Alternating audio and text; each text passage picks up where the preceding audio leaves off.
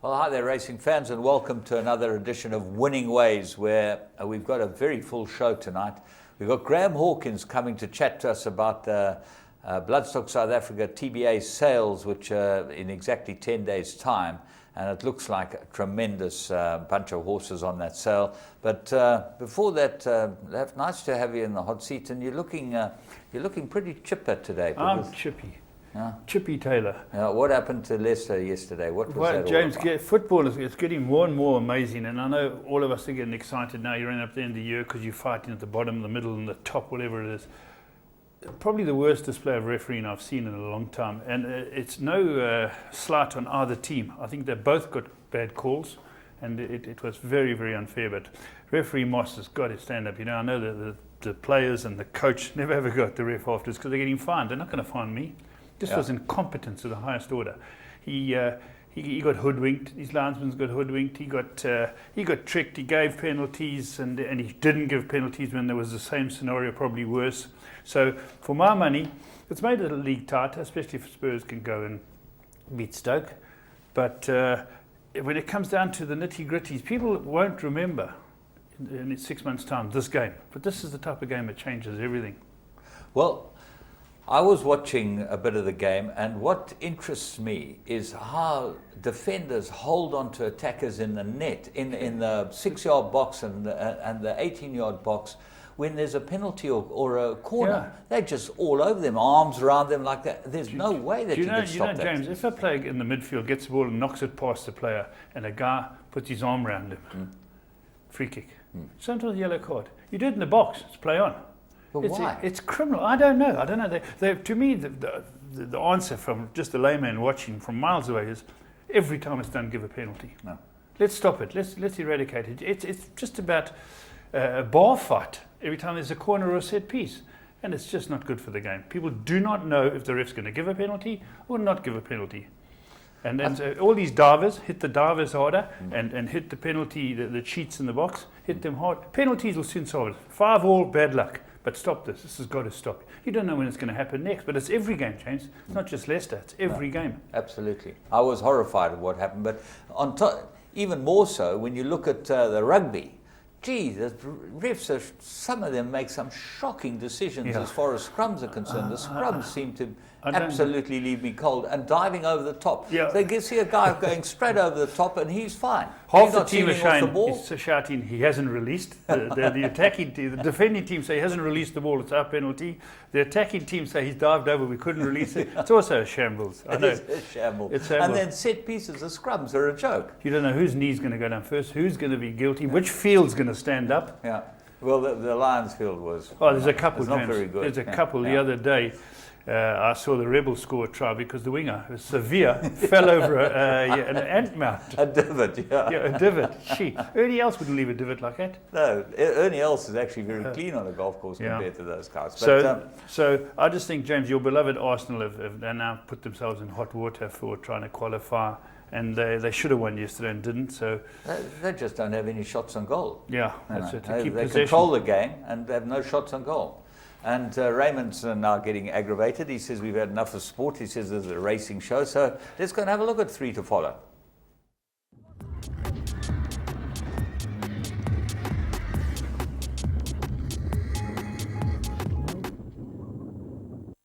And they are off in the Tremors. Flower Alley is the winner. His dad, Distorted Humor, he's probably one of his best sons at stud. I'll have another, wins the Derby. I'll have another in the Preakness. Lilacs and Lace, 48-1, upset. He's just a big, strong, leggy horse.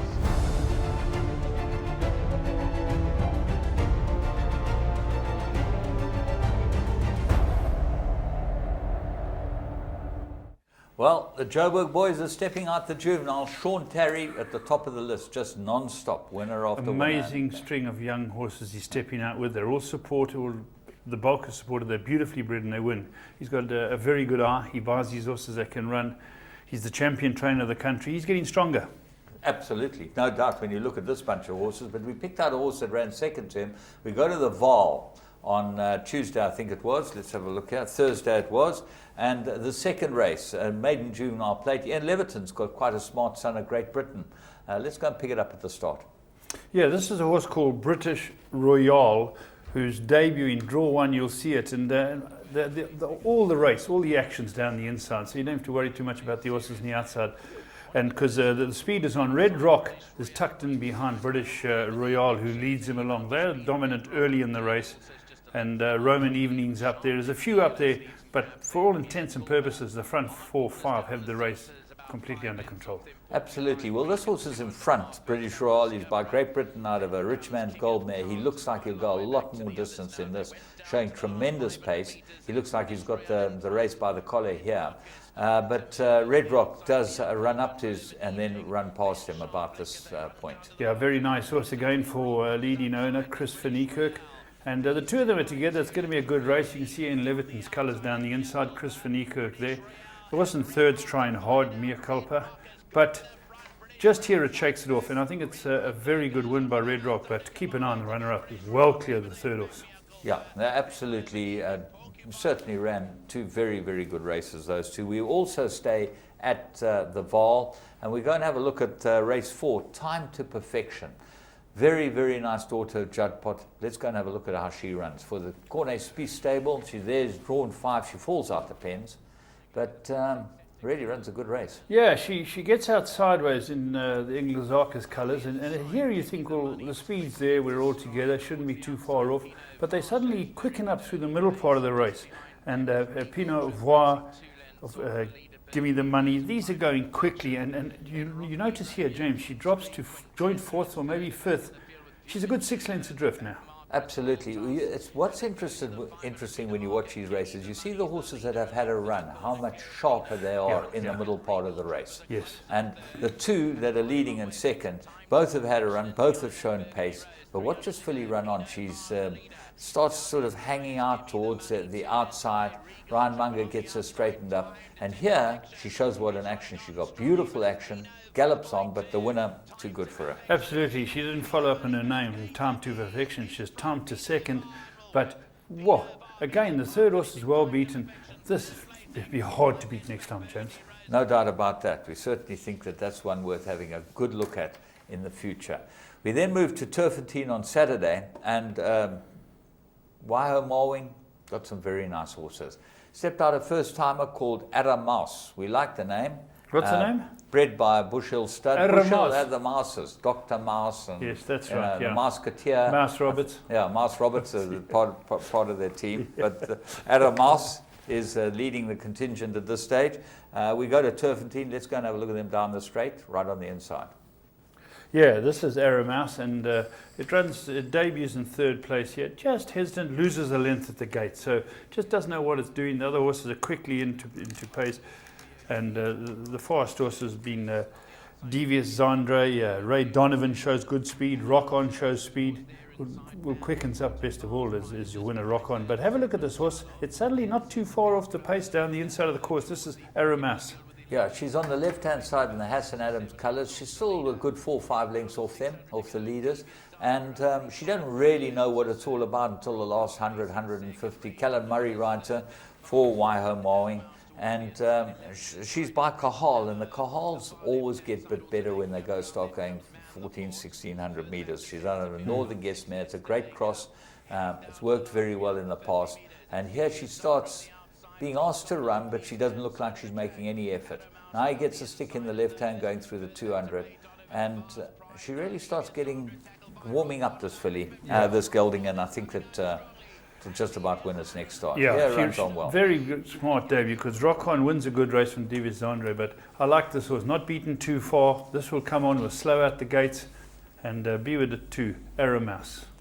Right, we're going to go and have a look at our Blast from the Past. Now, this was in the good old days when the grandstands were absolutely full. I mean, full. Style magazine. What do you mean? Completely full, handicap. Completely, absolutely, okay. And I just thought I'd qualify 100%, that. Yeah. Those were the days. Those were the days. 20 years ago. Style magazine Fillies Handicap. I think it was called the Gosforth Park Fillies Handicap. It was a very, very good race for older fillies, over a mile. Let's go and pick him up there.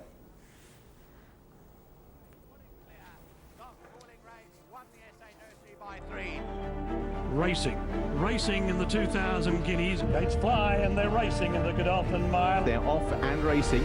Weight didn't matter. Class tells, soft falling rain, much too good. Soft falling rain, an impressive guineas winner. Soft falling rain is drawing clear. He's made it 7 out of 7 by winning here today. But it's soft falling rain who is powering away. We'll see out the miling style. A high-class performer wins the Nay of Joel Stakes.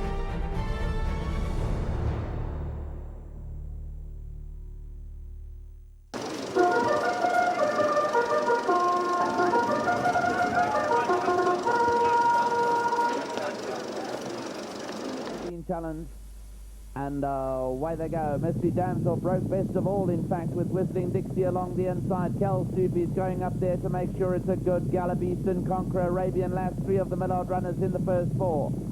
As they head on now past the 1400, Kel Stoopy, the leader from Eastern Conqueror, gone up to race second. Harry's Charm is circling runner. She's not coming from the back today. She's going to go up to the front. They were followed by Asmara. She's also trying to overcome a wide draw. In fact, there's still a lot of jostling for position. Dakar and Temple Bar also right there. Divided Loyalty's back in the field with Whistling Dixie. Behind that is Makeshift. Mystery Damsel's now dropped back through the runners. Bob's Fancy's at the rear of the field with Lexington Love on outside. As it goes through the middle of the bend now, Eastern Conqueror, just the leader from Asmara, gone up second. Harry's Charm is on the fence in third spot. She'll have every chance to prove whether she gets a mile. Behind that is Dakar. Arabian Lass is also nicely poised to have a crack at the leaders. Then comes Kel Stoopy, Temple Bar behind that Eastern Conqueror. They were followed by Ladies Delight. Then inside of that is Whistling Dixie. They come down to the 400 now, out in front. Eastern Conqueror, just the leader. Harry's Charm, Whistling Dixie, Kel Stoopy, Arabian Lass, Divided Loyalty. They're all starting to have a crack at the leaders.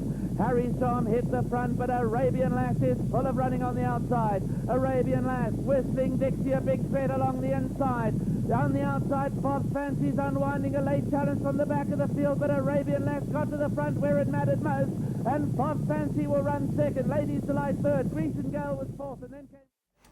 Well, there you go, Arabian Lass. She was a really, really good filly. I think she was an Al Mufti, wasn't she? I think so, She yeah. might That easily old have family, been. yeah. In the early days from Al Mufti, she bred by Rose and Ashley Parker. Yeah. Could easily be.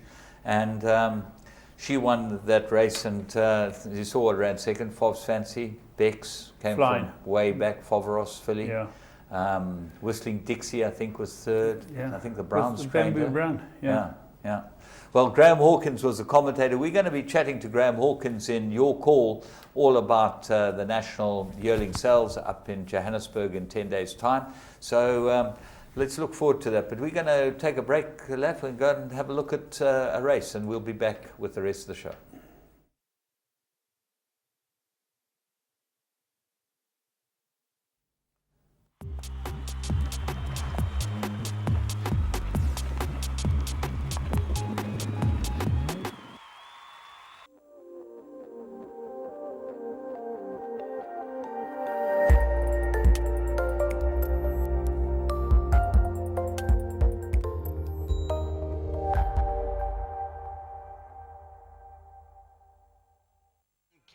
On Alice has picked up the lead now, gone about a length and a half clear from Har Lucy on the outside. Seattle Lady, then Silver Class with 200 to go, but Carry On Alice, she went down to the start on her own and she's coming home lonely. Kamalo looking between his legs for the opposition and he's riding her cold, and it's going to be Carry On Alice by 4 lengths. Silver Class second, LDR, a Seattle Lady involved in a photo with Har Lucy. Then Well, you know, Laf, come the middle of the month, you get a bit short of money. Yes. And you should be buying a bit. Yes. This is where you buy a bit. You could have got 6 to 10, 7 to 10 on Interbet. Yeah. This was buying money. She's in a Pinnacle Stakes Yeah. on a big day. There was nothing that could beat her here, and so it Just showed. listening to Nico calling it when he said that Kamala looks between his legs. Now, a famous British commentator said the same thing. You know, I think it was McCoy looks between his legs and likes what he sees. No, he had a good chance to add that, but he let that roll, you know. No, he didn't like what he saw. He didn't like what he saw. Carry on, Alice, the Captain Al filly. She's a champion. She was in the right place, just obviously warming up probably for the computer form sprint in 3 weeks' time. Very good filly. She got beaten a short head in the Group 1 mile, didn't she? Yeah, she's a great just filly. Fantastic filly. And since she's been put back over sprint, she's brilliant. But she was the plum. You had to back her. And if you had an Interbet account, as I said, you could have got 2 points better than the odds. 7 to 10 was available on Interbet at any time. So certainly for your doubles and trebles was worth getting onto the Interbet account. Yeah. Let's go and have a look at what's to come. And we've got current affairs. We've got some very interesting news. Yes!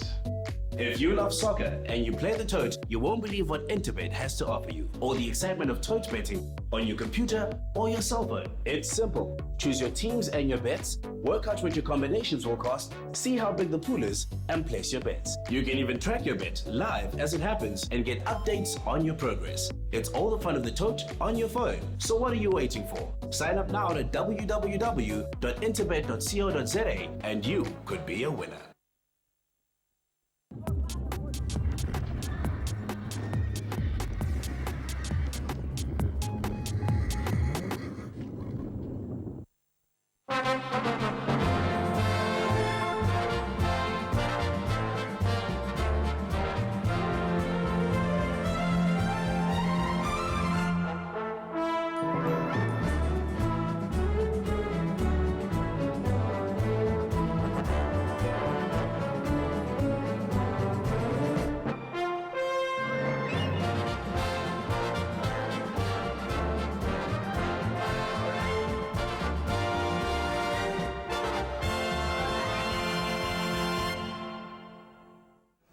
Right, the graduate of the week, Mambo Mine, who won the Group 3 Bali Turk at Greyville and trotted up. He really won a good race, this horse.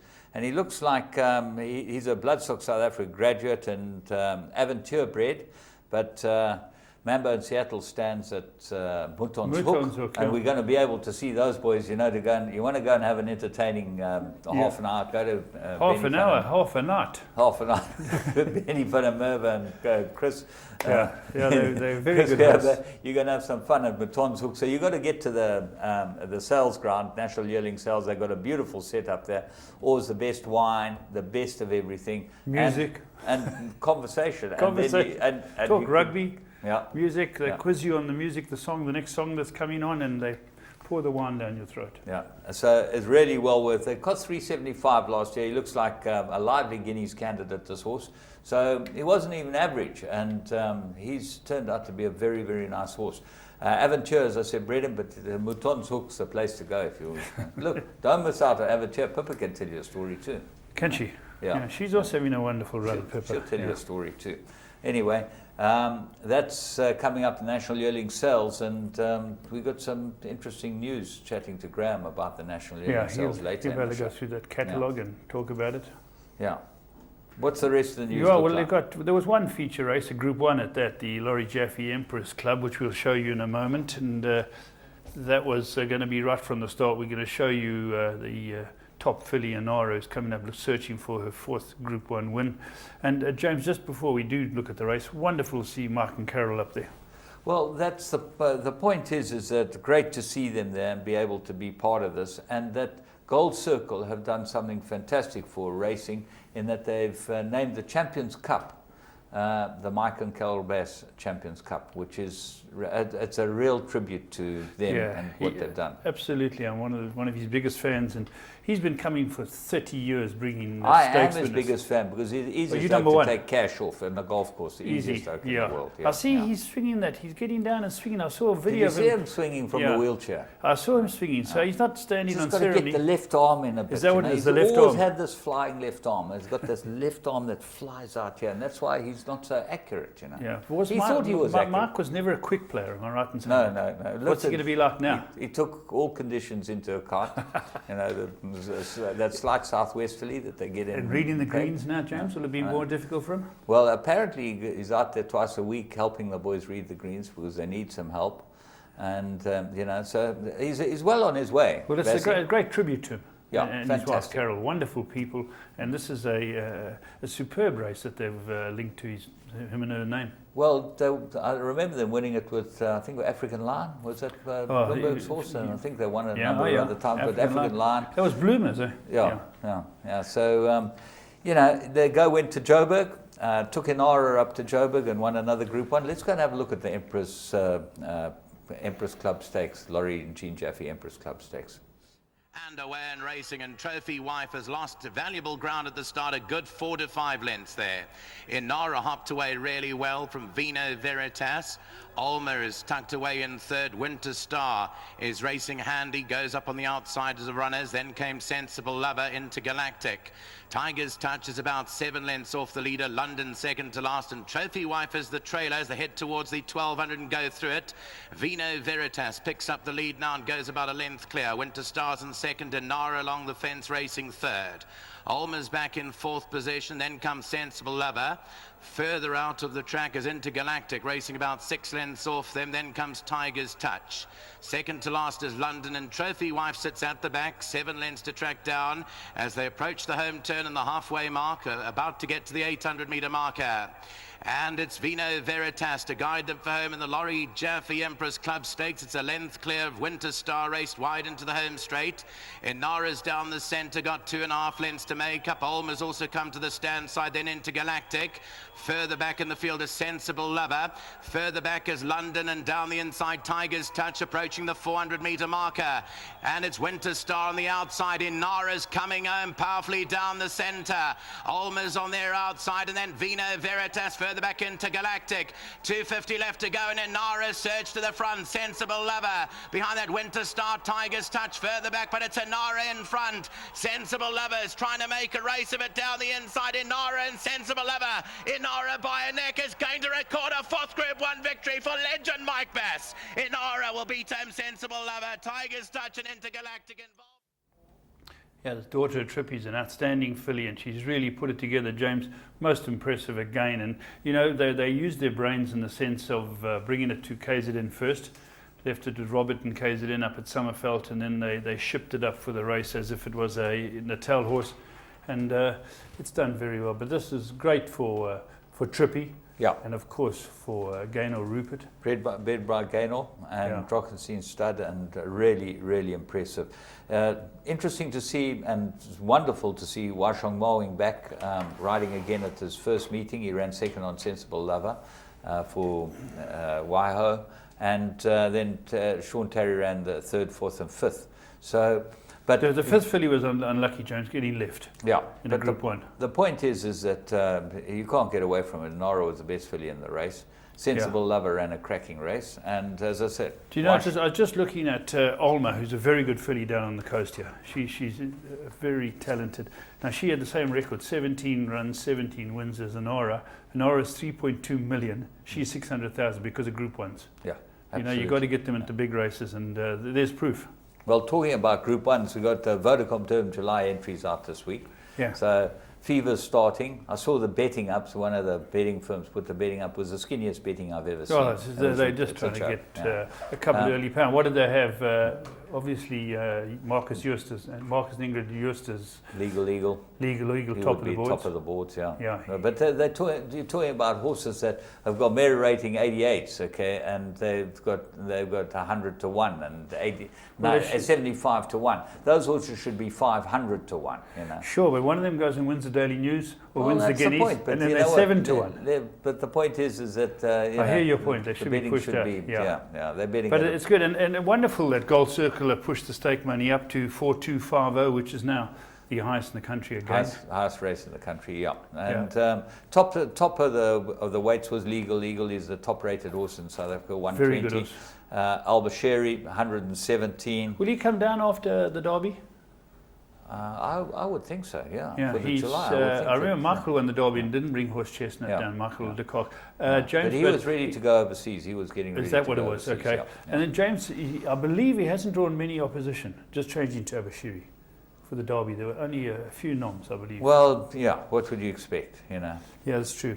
But what is interesting about the entries for the Vodacom Durban July is that there were 65 entries, and half of them were 100 and over merit rated. That's very good. Which is very good. It shows the strength, because when you see how many horses are out the country, you know, get exported every year, that's not bad going at all. No, I agree with that. Well, that's wonderful. You know, it was the launch on Thursday, and looks like... Launch. Talk about launch. Here's a launch. What about this?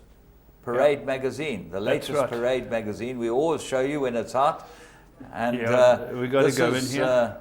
The latest Parade with the picture. Can you read it? There we go. Yeah. Mike Bass. Smart Call. Smart Call. Lamas Kral. This is a great magazine, and you know, it's a tribute to the reporters we have when a guy like Ginger can put something like this together. Andrew Harrison. Yeah. Andrew knows his stuff. He's been around the block. He's it's a very good magazine, and that's the latest one that's come out, the Parade magazine. Yeah, so get hold of that. Warehouse has been interesting news. Gav Lorena. Yeah, he made it into the Sugar Cup side. Fantastic. He's a very good rider. He's getting better all the time. And the more international exposure you can get, the better. All I can say is that he better beat the women this year. You know, the women won last year. And they've got that girl, Michelle Payne, who's won the Melbourne Cup. She's a part of the ladies' team with the usual Emma Jane Watson and Kathy Gannon. They're the ladies' team. They won last year. And the other girl that won the Silver Saddle, she wasn't invited. She's a first reserve, so maybe she. How many in the team? 4, 5? 4 teams. Lorena De Sousa and Kenechi Ikezoe. Sorry, I didn't get that name. Kenechi Ikezoe. Oh, yeah. He's the guy who won the Japan Cup. Okay, Kenechi. Is that a man? He's a hero in Japan. Okay. And you don't know him? I don't know him, sorry. Well, Kenechi, you better know him, because I've got it now. I'm never going to forget Kenechi. Yeah. I'm going to dip a Zoe or whatever his name is. Ikezoe. Ikezoe, sorry. Yeah. And Great Britain, Ireland, the usual team. Spencer, who gave up and retired about 3 times, so he's back in the team. Ryan Moore and Osen Murphy. Who's that, James? Osen Murphy. Someone's son Murphy. Okay. He's Irish, believe it or not. Yeah. I thought he was Lebanese with the surname Murphy. There you are. Yeah. Frankie Thierry Jonet and Pierre-Charles Boudot, who's another Frenchman. So the French going to gang up against the English again. Yes, Frankie's gone with the French. Frankie's gone with the French. Well, he's European, Frankie. He's Italian-European. Yes, yeah, fair enough. So he's gone with them. And then the girls, as I say, the Sugar Cup is always fun and nice to see. So it's 3 in a team with 1 reserve, basically. 3 in a team with a reserve. And normally they get a celebrity to manage them. I know Mace Roberts has been invited before, Mike Catamol, people like that. Who have they got Mace this year? they wouldn't invite Mace back. He drank too much champagne. I heard I heard that him and Bill Lambert. Yeah, him and Bill Lambert drank all the champagne. In fact, they ran out of Dom Moe, the whole lot. So Gordon Crummer to send for more. Yeah. That's right. So, unfortunately, well, they've had their film. Zenyatta's foal died. That's tragic news. Yeah, by Warfront. It was a week old. It died of meconium aspiration syndrome, so it's something to do with it. Okay. Yeah. So, what is he carrying 2020 racing is coming up on Friday. Yeah, well, they call it 2020, apprentice jockey, apprentice jockey, 20 minutes between races. Yeah, which is always fun. I like it. Graham, you can ask Graham about that, because he can tell you the success. I like it because it gets me moving, gets my body moving between the I have my dessert before my main course. Yeah, okay, absolutely. Talking about passing on the saddest news ever, Greg Royden Turner passed away in his sleep last week. It was too terrible. I can't believe it. Shock, he is just one of the nicest people. Their family is a fantastic family. They're great for racing. His daughter was very involved with the racing. Sosia, she's a polo cross player and a polo player, and she's running the stud. She and her husband Ross, and you know, and James, this is a terrible thing. Before we close, CTS had a sale. There were big figures again. You know, a lot of big the buyers. Figures were down. The average was down from 415 to 377. The median was the biggest faller, 300 to 255. But they had more horses on the sale, so the median is the thing that you'd look at. Yes. And Dolly fees for 2016 in Australia, 21 shuttlers they've got to Australia and New Zealand. Okay. Headed by Medaglia d'Oro and Exceed and Excel, $110,000 Australian dollars a service for those 2 horses. That's talking about 1.2 million rand or something. For a service, yeah. So, you know, Dali are fantastic. The Dali had it at 68 stakes winner this week. Yeah. Flying. Yeah. So we got a wrap. We're going to call it a day. We'll be back with Graham Hawkins in Your Call.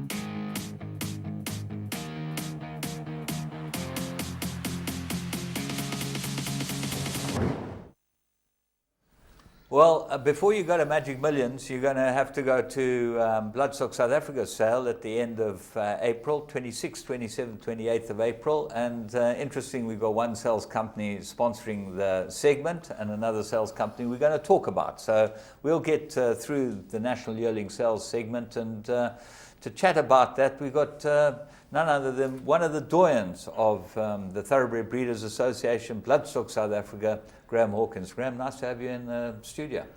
Thank you, James. Nice to be here. And on a point of order, let me just get the dates correct. 27, 28, 29th of April. But you've got to be there the 26th. You have to be there the 26th, but don't leave on the 28th.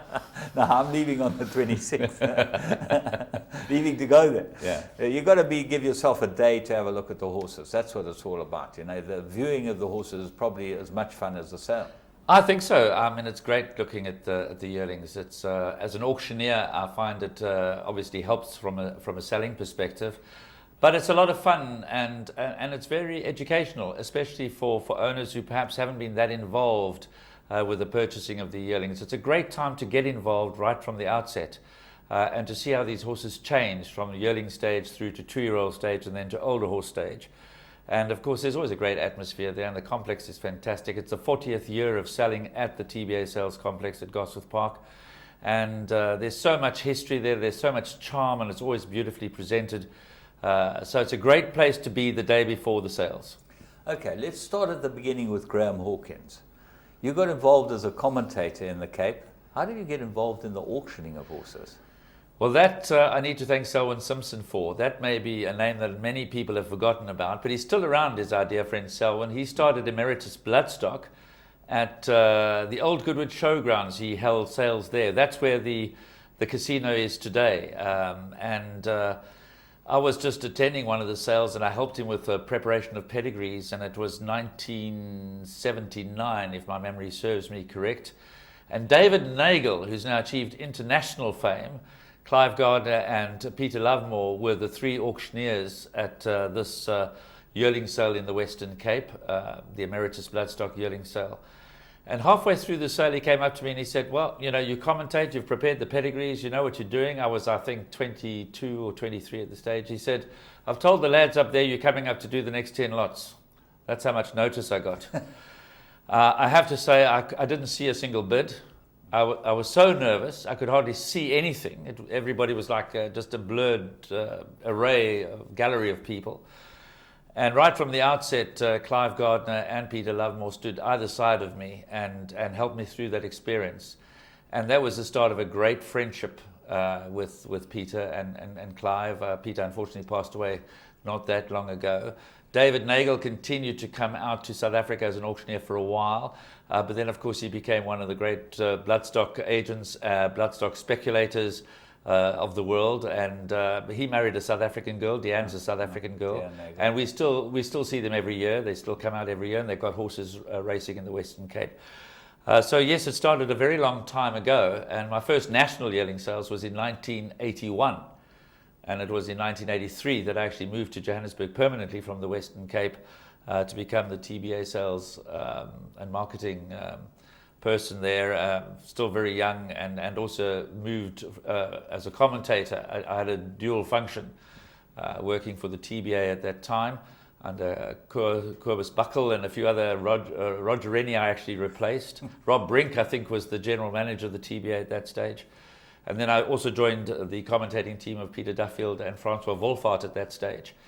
Francois now, of course, retired, and Peter Duffield, both down the Eastern Cape. But I heard from Peter Duffield just the other day. In fact, he phoned me out of the blue because he had been living overseas, and he's back in South Africa. So, yes, it's been a long trip, and I've seen how the TBA sales complex has evolved over that period. In those days, we used to sell 861 yearlings at the National Yearling Sales. And it was 2,000 odd entries each year, and it was over 3 days and a night, Monday, Tuesday, Wednesday night, Thursday, because there was always racing at Newmarket on the Wednesday afternoon.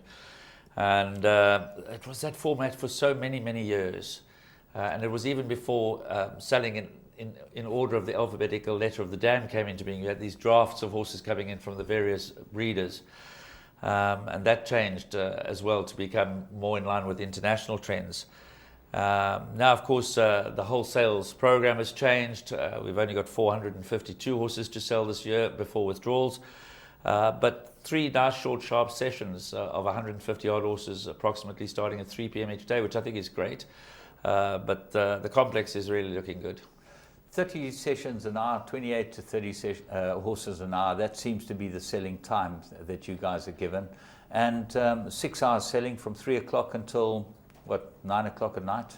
Yeah, I'm hoping 5 hours, 3 till 8, maybe 5.5 hours. So I think it's obviously the opening day is a public holiday. The 27th is the public holiday. Then we've got the Wednesday, the public holiday, Thursday the 28th, Friday the 29th, and of course the big race meeting at Turfentine on the 30th, which makes a very attractive package for visitors to Johannesburg for the sales and the racing.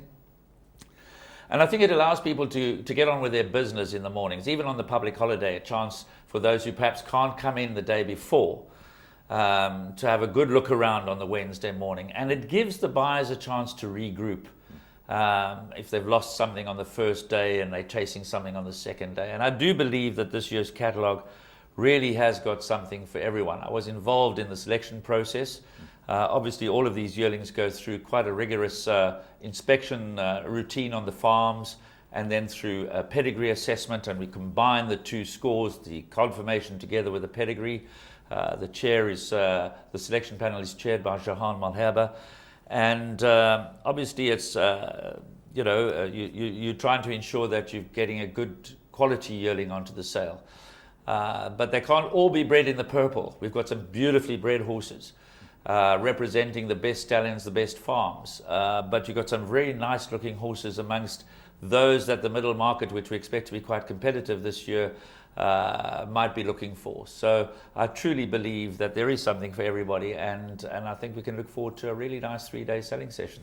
Graham, let's go back to the days when you and I really sort of started in this business and have a look at a few of the people that used to breed horses. The whole landscape's changed, hasn't it? You know, you had those farmer breeders, mainly the Karoo guys, the Birches, Alan Robertson. Well, I think the biggest tragedy, James, is, if I may call it, the demise of the Karoo as a major breeding area. We still got David Southey and Gary Player and Henham Stud and a few others. Skulky is still around. He never lets us forget he's still around.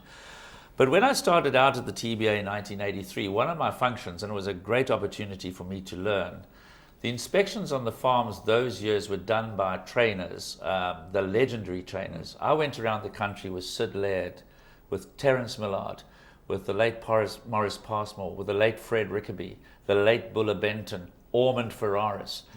And the country was broken up into sections, so they didn't do the whole country. They each two went together and did various areas of the country. And it was my role to act as secretary for all of them, and I went with all of them. So I did the entire country. And those days, it used to take us 3 days to get through the Karoo. 3 days. Yeah. Dell Brothers, Yeah. Breeders of Hawaii. Yeah. There's so many, I can't even begin to remember them. Derek Birch Southey, Brothers. the Valley Stud, Birch Brothers in Dordrecht. Yeah. And for me, that was where I really learnt a lot from those maestros. Hours in the car with Terence Millard driving from one town to another, one farm to another. Some very humorous moments which I'm reserving for my book, which I'm hoping to write one day. So I'm not going to give anything away. Did he ever tell you the story about Aunt Evie from Mariesburg? No, and I'm not sure that we should be telling it here either, because that little giggle suggests it's quite naughty. No, it's not so I was very actually. fortunate in those early days to learn from the best, and they gave up their time, and they also used the opportunity, of course, to get a sneak preview of the yearlings. They used to make their private notes, and so I want to look at that when it comes back to the sales ground, etc. But yes, the sales landscape has evolved. We've seen many of those old farmer breeders disappear. They've been great mates of mine, and again, you start mentioning names, you run the risk of leaving somebody out. But those major farms that are no longer with us, so you think about the Allen brothers, the Doms brothers, although Rennie's now flying the flag for the Price brothers, the Birch brothers much reduced. I know Sid is keeping going, and Colin is very, very keen on trying to get something going. We spoke about the Dells, the Southies, Lee Southey, the late Lee Southey and his wife Penny, who run a fabulous guest house on the farm, Calefontaine, that they used to breed horses from. There were great characters in the game at that time. I'm not suggesting there aren't new characters in the game, but it was always fantastic to be able to go through the country, and you were never far from a stud farm. Now, of course, it's predominantly the Western Cape, the Bar Valley, and KZN and the Eastern Cape. The Karoo, as I said, but for Gary Player and David Southey and a few others, has all but disappeared. And it's great breeding country. Yeah, the point is that you move on in life, and it seems like everyone wanted to be closer to Cape Town. We've now got some fantastic farms, Rockenstein and those type of farms. But one farm that has been a part of the history of thoroughbred horse racing in South Africa is Maritzfontein, and then obviously Wilgerbosdrift with Mary. And it's wonderful to have them back selling, because they didn't sell horses at any time through that era, did they? Well, Mary's always been a commercial breeder since she branched out with Wilgerbosdrift. But of course, traditionally, the Maritzfontein stud never ever went to market other than with mares. Yeah. And that, of course, is an interesting story in itself, which we can touch on perhaps. But after Mrs. O passed away, obviously, and Jessica took up the reins, and the decision has been made to commercialise Maritzfontein to the extent that they will come to the market. And they add a certain magic to the sales, don't they? No doubt, we've had these fabulous yellow and black colours gracing our turf for so many years, and to have Mary and Jessica representing the Wilgerbosdrift stud and the Maritzfontein studs respectively is fantastic. In fact, it's women power in the breeding game, isn't it? I mean, we've got Mrs. Gaynor Rupert, we've got Sabine Plattner, we've got Susan Rowett, we've got Mary Slack, we've got Jessica Slack, and don't forget Lith Orford, Ascot stud bunch as well. Well, I think that Ashley may take exception if we say that Rose is still in charge, but I saw Ashley over the weekend, and Rose is in charge. Is Rose in charge? Okay. Well, I'm sure that Ashley's not going to argue with that. We will see Rose at the sales now. She turns 80, I think, this year. And we'll see her at the sales. Yeah. They've been on the landscape forever. But getting back to the Oppenheimers, Maritzfontein, and they had a policy where they used to sell off their older horses, the horses in training. They had a sale at Newmarket, you remember, yes. It was always a fabulous sale, and all of us were trying to buy some of those horses, and then they sold off the broodmares as well. They have dispersal sales all the way along. Yes, they've always supported the broodmare sales, because I think they've recognised that they need to obviously keep the numbers contained on the farm. And there's that fabulous story, and I was at the sale when Horse Chestnut went to a sale in utero. His mother was in foal to him, and I think they had a modest reserve of about 30,000 for the mare in foal to what turned out to be Horse Chestnut. Didn't get its reserve, went back home. Yeah, an out-popped horse chestnut. Produced the best horse that one of the best horses we've Well, of course, it was also at one of those sales. Might have even been the same year that Jetmaster was purchased as a weaning for 15,000 rand. The Peter Maritzburg with the show. Yeah, correct. And interestingly, the mare sale this year is going back to the Peter Maritzburg Showgrounds, which is also a call back to the past. The TB have announced that the KZN mare sale, which is on the Monday after the Vodacom Dome in July, will be held at the Peter Maritzburg Showgrounds. So that's also good news. Yeah, excellent. Well, let's get back now to this sale. Your auctioneering partners. It's great to welcome Steve Davis back. You know, you saw the Magic Millions ad there, and he brings that sort of flavour to our sales. He's become an institution in South Africa. He's a fabulous guy to work with, and of course it's Andrew Miller, myself, and Steve Davis. And Steve Davis is just, as I said, he's a character of note, and he certainly sets the bar. He keeps us on our toes, and that's great because. The auctioneering side of it is an integral part of the sale. And you mentioned we sell 28 to 30. When I started selling, it was at 18 or 19 an hour, and sales used to take forever. And in fact, we as auctioneers were the first to come from Clive, myself, and Peter said, we've got to speed this thing up. People are telling us it's taking too long. And I think we're not quite as fast as... How did you speed it up? Well, basically, just not lingering too long, and going on and on and on. At the end of the day, the buyers know what they want to buy, and I think it's a habit. In Australia and in America, they sell many more than we sell to the hour. I don't think we'll ever get to where America. I think America gets to 40, 42 an hour. We do that at mare sales, perhaps, but not at yearling sales. And I think in Australasia, including New Zealand and Australia, it's probably around about the 35 to 36 mark. They're ruthless. They just get on with it and bring the hammer down, and if you've lost it, you've lost it. We recognize that as auctioneers, we've got to sort of bring the buyer and the seller together. And we play a very important role because it's often people say, well, why don't you just announce a reserve and start there? Well, you then lose the art of the situation because often a breeder will want X. The market's suggesting it's not quite up to X, and we've got to talk to the vendor and bring him down. So we've got to try. Our role is to get the breeder to meet the market. And I think we do a pretty good job at that and have improved in that area. But obviously, we want to get through the sale as quickly as possible. But at the end of the day, we must never lose sight of the fact that these yearlings are the product of a mating many months ago. Yeah, 2 years ago. The horse gets the yearling, the final product, comes to the sale carrying the livelihood, the hopes, the dreams of the vendor, and he gets 90 seconds in the ring. After all of this work. So we've got to do justice to that. So we've got to be fair to the vendor, but we've got to be fair to the buyer. And how do you go about it, Graham? Well, you do a lot of homework. You obviously understand where the vendor is coming from. You chat to him before the sale. You try and get a feel. You've looked at the horse yourself, so you know the pedigree. So you kind of know the ballpark number. And if you believe that the vendor is being unrealistic in his expectations, I'm not frightened, and I'm happy to say my colleagues are not frightened to say I think you're aiming a little bit high. Because obviously you're trying to get horses sold. And the buyers want to see a fair market. They want to go there and compete with each other to buy horses. And I think that's important as well, so that there's a fair amount of confidence in amongst the audience, the buying market, that the horses have been well prepared, they've been properly prepared, they've been prepared free of any banned substances or any additives, that they've gone through a selection process, and that and then on top of that, of course, there's the whole repository system now where you can get horses vetted, or some of the horses have got the x-rays up front there. Certainly the international market, Hong Kong in particular, are very particular about those sort of x-rays. So everything's been laid on to try and give the buyer as much information as possible and as much confidence as possible in buying the product. It is a dream. We all know that. There are no guarantees, and thank goodness for that, because can you imagine how different or how boring almost the game would be if you could accurately predict which would be the champions. The fact that we get champions emerging from the lower price market, the higher price market, the middle market, whatever. Some are big and some are small, some are crooked, some are straight, some are pretty, some are ugly.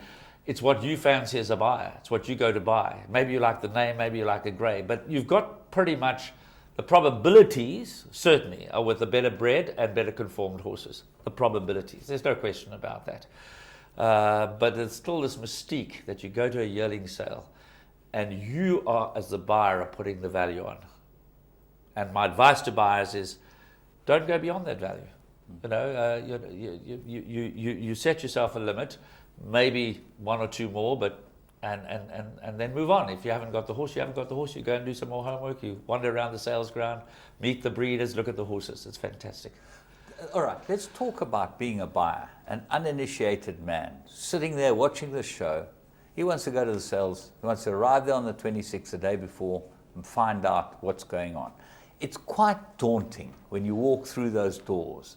You're met by this sort of a barrage of advertorials on all the different studs, and you walk out through the auditorium to the back and all you see is horses.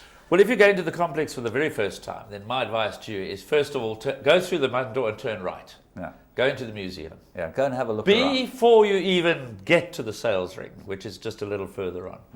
Turn right. The TBA have done a fantastic job in creating this, well, let's call it a museum. I'm not sure that's the right term, but there are photographs, there's all kinds of memorabilia, there's even a theatre to watch old videos of legends, etc. And get into the vibe, because that's where the history, you see the great names of jockeys, trainers, horses, honours boards, classic winners, Met winners, Vodacom Durban July winners, Summer Cup winners, etc. It's all there. Spend your first half an hour there and get a feel for what this is all about, because it's a passion, it's a dream. And there you can see where the dreams have been put together. Then obviously you need to connect with somebody, James. If you are going for the first time, you need to put your faith in somebody to help you through the process. And maybe you start actually by just going outside and meeting one or two of the breeders and asking them for their opinions as to who you should connect with. There obviously, the bloodstock agents have a role to play. Trainers have a very important role to play. I don't need to remind you that you guys as trainers are the ambassadors between the operators and what's happening behind the scenes.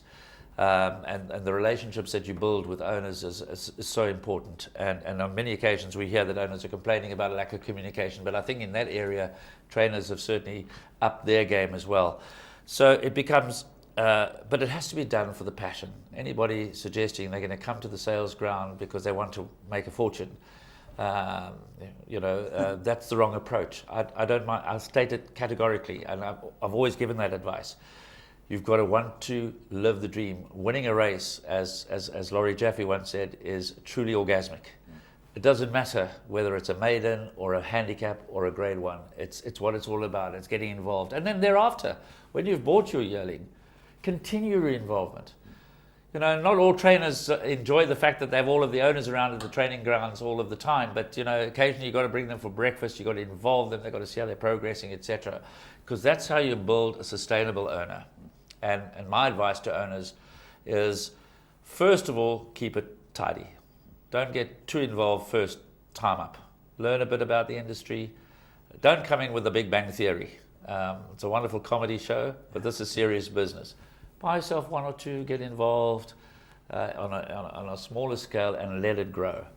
I mean, I think the finest example that we've seen in recent years of a relationship that built from small beginnings to what is now an empire is Chris van Niekerk and Sean Terry.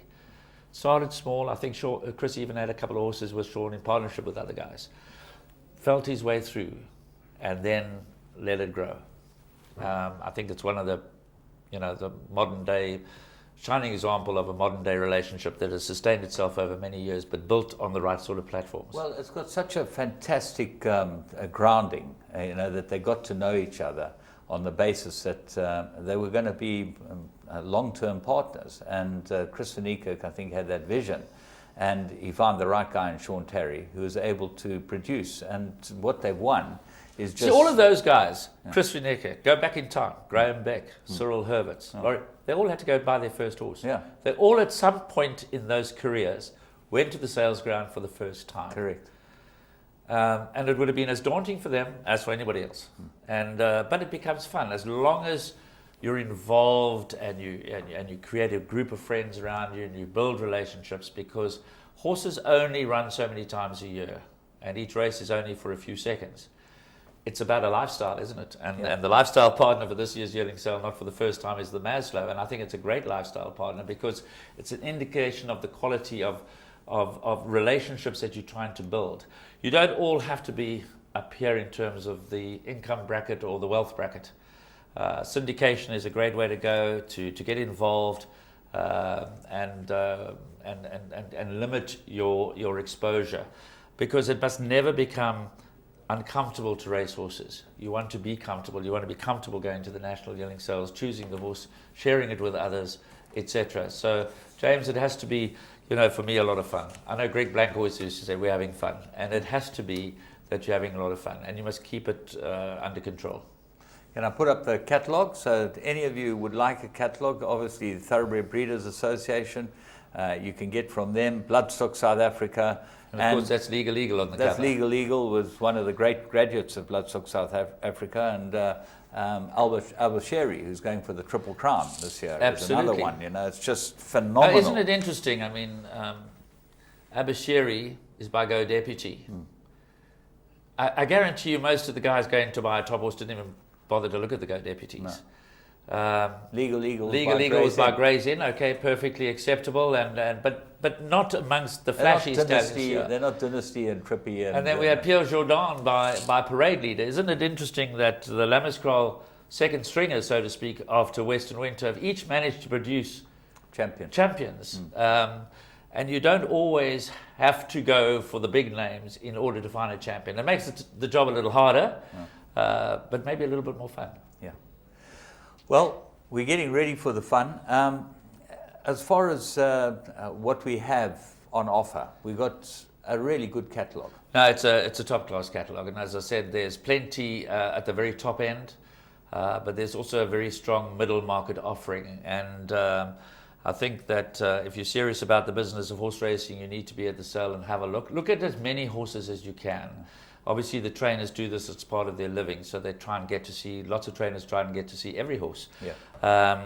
So, the stallions are well represented at the top, but also some newcomers into the game, first season sires. There are a few international stallions that are represented. All of the top names in the thoroughbred breeding industry from a farm perspective are represented.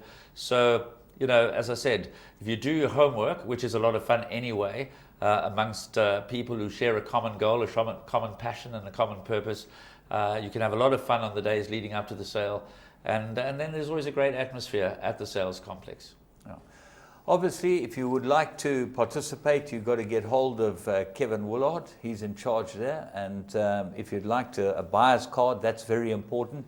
You put in your credit application. You go to www.tba.co.za. And well, certainly if you'd like, you asked the question earlier, if you're a first timer, obviously it's also, apart from the horse side of the business, there is the formalities to go through. So if you're coming to the sales complex for the very first time, introduce yourself to the team at the TBA. Even if you haven't done anything in advance, meet up with Kevin and he'll walk you through. But you do need to have a valid buyer's card. You do have to have registered to bid at the sales. You can't just walk through the doors and raise your hands and bid. We've had a few of those in the past, and they've been as quickly out the doors as they came in. But that was before we introduced the buyer's card system. If I think back to the 1980s, etc. In fact, you and I owned a horse together. That was we got left with it because the buyer ran out the door, and she wasn't too bad, and she ended up being the dam of a Grade 1 winner. So lots of stories, but those are all being kept from my book, which I'm going to publish one of these days if I live long enough. But yes, there are some formalities you need to go through as a prospective buyer. So if you're attending for the first time, do go and introduce yourself to Kevin Willard and his team, and they'll help you understand all that is required so that you can be given a buyer's card and be an accredited bidder at the sales. It's great fun. It's the most exciting time of the year, and we're really looking forward to it. I'm sure you are, Graham, and thanks so much for joining us. No, it's an absolute pleasure. It's always a fun week, and it's a time when the industry gets together and interact socially as well as on a business level, and there's always a good story to come out of every sale. There's no doubt about that, and we'll certainly have a few good stories to come out of the sale. Let's have a look at the Magic Millions winner over the week. It was Bella's Empire, and that was one of the Australian breds that came in at 1 at Fairview in the week, and that's that one. And we've also got the slide for if you want to go to the Breeders' Cup. Remember, have a look in the credits. There's all the telephone numbers and the people that you've got to get hold of. And we'll look forward to seeing you next week at National Yearling Sales, Thoroughbred Breeders Association Complex at Gosforth Park. We'll all be there.